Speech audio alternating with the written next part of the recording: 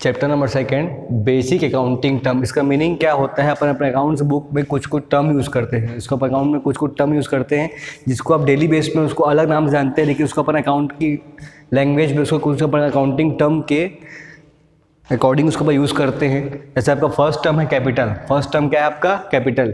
इसका मीनिंग क्या होता है? Amount invested bye honour in the firm, that's called capital. मतलब कोई ऑनर अपने बिजनेस में अगर वो इन्वेस्ट कर रहा है, कोई ऑनर अपने बिजनेस में इन्वेस्ट कर रहा है तो उसको अपन क्या बोलेंगे? कैपिटल। बट आपके अकाउंटिंग प्रिंसिपल के अकॉर्डिंग फर्स्ट के अकॉर्डिंग क्या होगा? अगर आपको कोई आपका ऑनर अगर वो इन्वेस्ट कर रहा है, क्या कर रहा है? इन्वेस्ट कर रहा है, बट उसको अपन कैसे ट्रीट करेंगे? As a liability.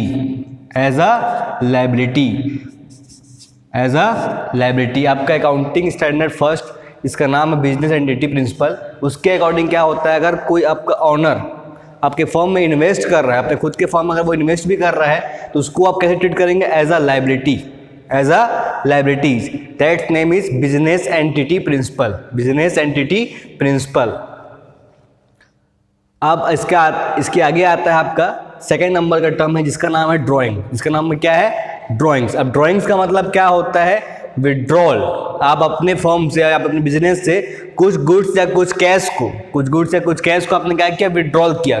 आपने अपने बिजनेस से कुछ गुड्स या कैश और बोथ को आपने क्या किया? विड्रॉल किया। फॉर एग्जाम्पल मेरा बिजनेस है, मेरा क्या है? एक बिजनेस है जहां से मैंने 5,000 के गुड्स एंड 10,000 रुपीज़ मैंने वहां से कैश का क्या? विड्रॉल कर लिया। 5,000 के गुड्स एंड 10,000 रुपीज़ कैश का किया, मैंने विड्रॉल किया। टोटल कितना हुआ मेरा? 15,000। इसको अपन क्या बोलेंगे? ड्राइंग। क्योंकि मैं वहां कितना विड्रॉल करूंगा? 15,000 वहां से क्या करूंगा? विड्रॉल करूंगा। अब कैपिटल और ड्राइंग्स दोनों क्या डिफरेंट है? यहाँ पे आप क्या कर रहे हैं? एक में आप इन्वेस्ट कर रहे हैं, एक में आप विड्रॉल कर रहे हैं। आपकी कैपिटल में से कुछ अमाउंट को जब आप विड्रॉल करेंगे उसी को अपन क्या बोलेंगे? ड्राइंग बोलेंगे। कैपिटल मतलब बिजनेस के अंदर जो आप कैपिटल इन्वेस्ट करेंगे उसमें से अगर आप कुछ विड्रॉल करते हैं तो उसको अपन क्या बोलेंगे? ड्राइंग। ये नहीं कि आपके पास जो पर्सनली यूज के लिए आप पैसा रखे हैं उसको अगर आप निकालते हैं तो वो आपका ड्राइंग्स नहीं कहलाएगा। लेकिन हाँ, अपने पर्सनल यूज के लिए बिजनेस से आप अगर विड्रॉल करें उसको अपन क्या बोलेंगे? ड्राइंग्स बोलेंगे। अब आपका नेक्स्ट टर्म आता है, थर्ड टर्म है आपका क्रेडिटर। थर्ड टर्म क्या है? क्रेडिटर। अब इसका मीनिंग क्या होता है? इसको अपन एग्जाम्पल के रूप में समझते हैं। जैसे कि मैं एक बिजनेसमैन हूँ, अब मैं क्या करूँगा? कहीं गुड्स को परचेज करूँगा, किसी दूसरी कंपनी या फर्म से क्या करूँगा? मैं गुड्स को परचेज करूँगा, तभी उसको रीसेल कर सकता हूँ। तो अब जब उस गुड्स को मैं परचेज करूँगा उसको मैं कर सकता हूँ कैश और क्रेडिट। अगर मैंने गुड्स को क्रेडिट परचेज किया है, दूसरी कंपनी या फर्म से क्या उसमें क्रेडिट परचेज किया है, तो जब तक उसको मैं पेड नहीं करूंगा, जब तक उस अमाउंट को पेड नहीं करूंगा, तब तक क्या रहेगा मेरा? ये क्रेडिटर मतलब क्या होता है आपका? लायबिलिटी। It means burden. क्या होता है आपका? बर्डन।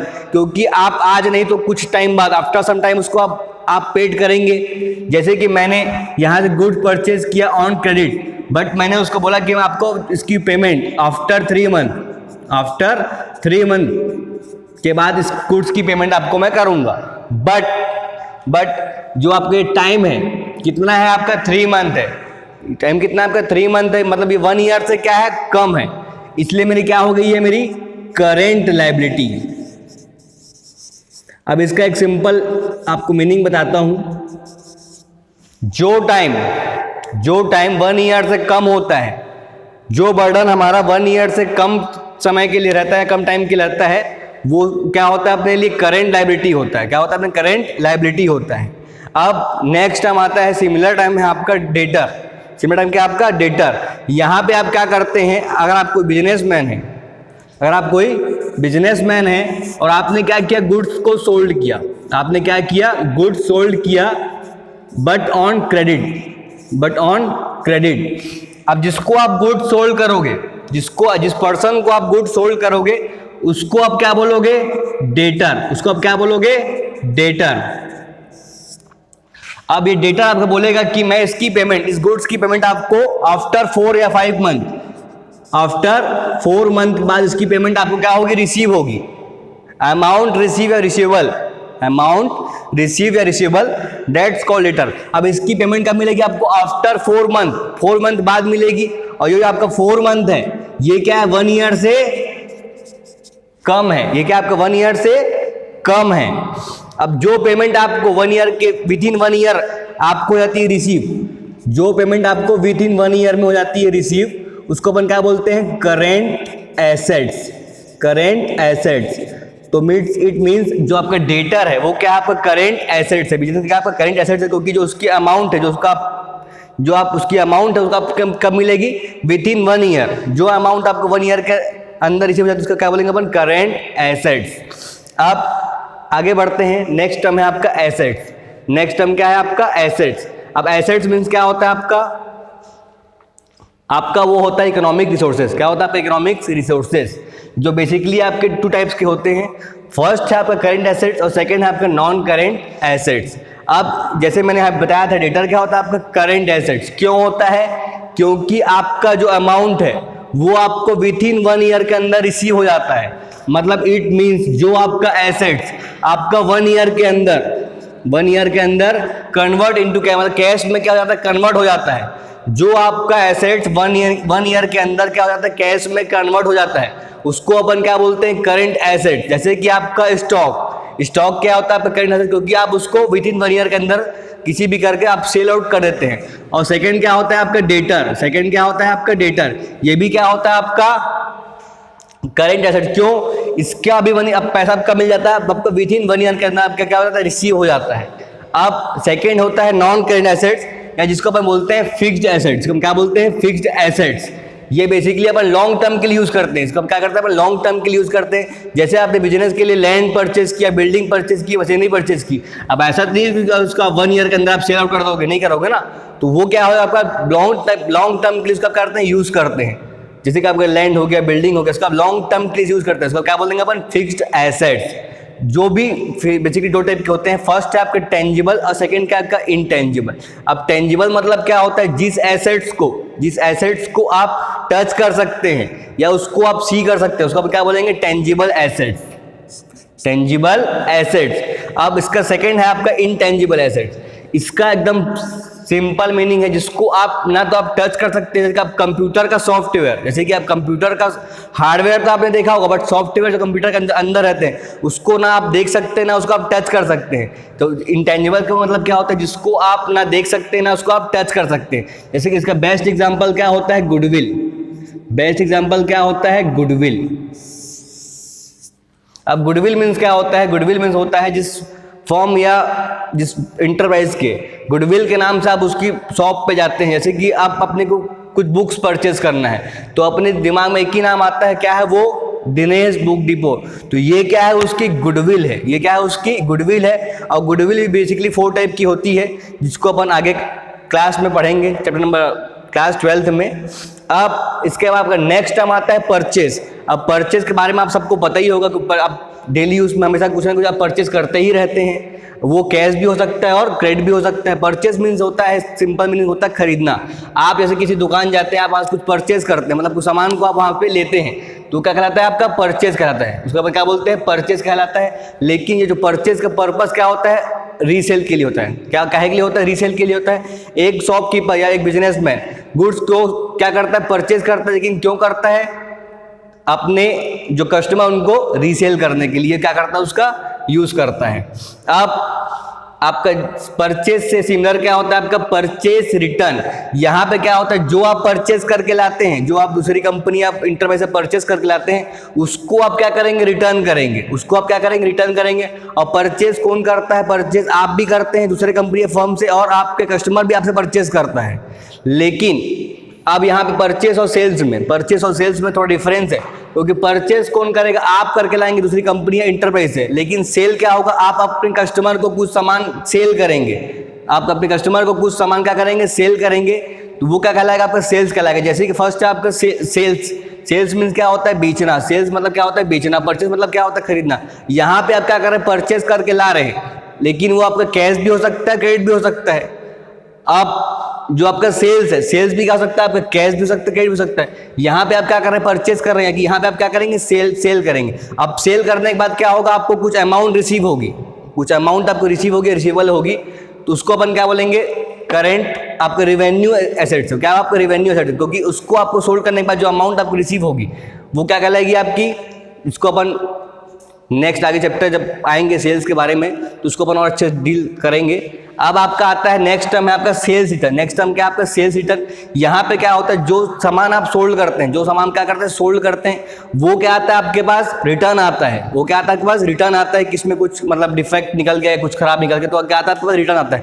अब आपका मोस्ट इंपॉर्टेंट टर्म क्या है, 11 टर्म क्या है आपका, गुड्स। गुड्स मीन्स क्या होता है, जिस रॉ मटेरियल को या कुछ गुड्स को आप रिसेल पर्पस के लिए क्या करते हैं, दूसरे फर्म या कंपनी से आप परचेज करके लाते हैं और उसको आप दूसरे को सोल्ड कर देते हैं। क्योंकि क्या होता है, कुछ रॉ मटेरियल, कुछ प्रोडक्ट्स अपने खुद से अपन उसको अपन मतलब मैन्युफैक्चरिंग नहीं कर सकते हैं, तो उसको अपन दूसरे से ही लाके सोल्ड कर सकते हैं।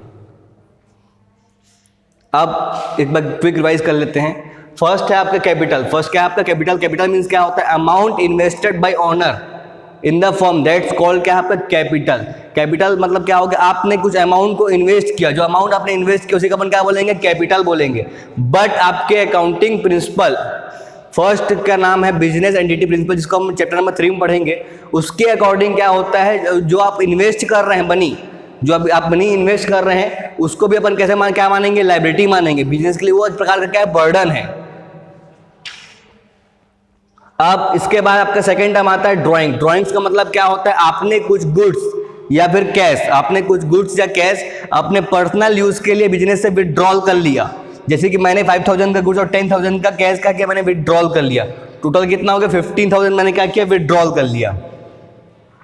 इसको अपन क्या बोलेंगे, drawing. But on personal use, ये नहीं आप बिजनेस के लिए कुछ आप अपने मतलब बिजनेस के एक्सपेंसेस के लिए आप कुछ वहां से विड्रॉल करेंगे तो वो क्या आपका ड्राइंग नहीं कहलाएगा। अपने पर्सनल यूज के लिए जो आप विड्रॉल करेंगे उसी का अपन क्या बोलेंगे, ड्राइंग्स बोलेंगे। थर्ड है आपका क्रेडिटर। थर्ड क्या है आपका क्रेडिटर। अब बिजनेस में ऐसा तो नहीं है, बिजनेस में ऐसा तो नहीं है कि सिर्फ अपना कैश ट्रांजेक्शन होता है, वहां पे कैश और क्रेडिट दोनों में हो सकता है। जहां से आप दूसरी कंपनी इंटरप्राइज से परचेस करके लाएंगे उसको अपन क्या बोलेंगे, उस पर्सन को क्रेडिटर। अब सेम क्या होता है आपका डेटर, जिसको आप सोल्ड करेंगे, जिसको आप क्या करेंगे, सोल्ड करेंगे और उसकी अमाउंट आपको कुछ टाइम बाद आफ्टर सम टाइम क्या हो जाएगी, रिसीव हो जाएगी, उसको अपन क्या बोलेंगे, डेटर। जो पर्सन को आप सोल्ड करेंगे उसको क्या बोलेंगे अपन, डेटर बोलेंगे। और डेटर क्या होता है आपके लिए, करेंट एसेट्स। क्या होता है करेंट एसेट्स। उसके बाद नेक्स्ट टर्म है आपका एसेट। एसेट में क्या होता है आपके इकोनॉमिक रिसोर्सेज।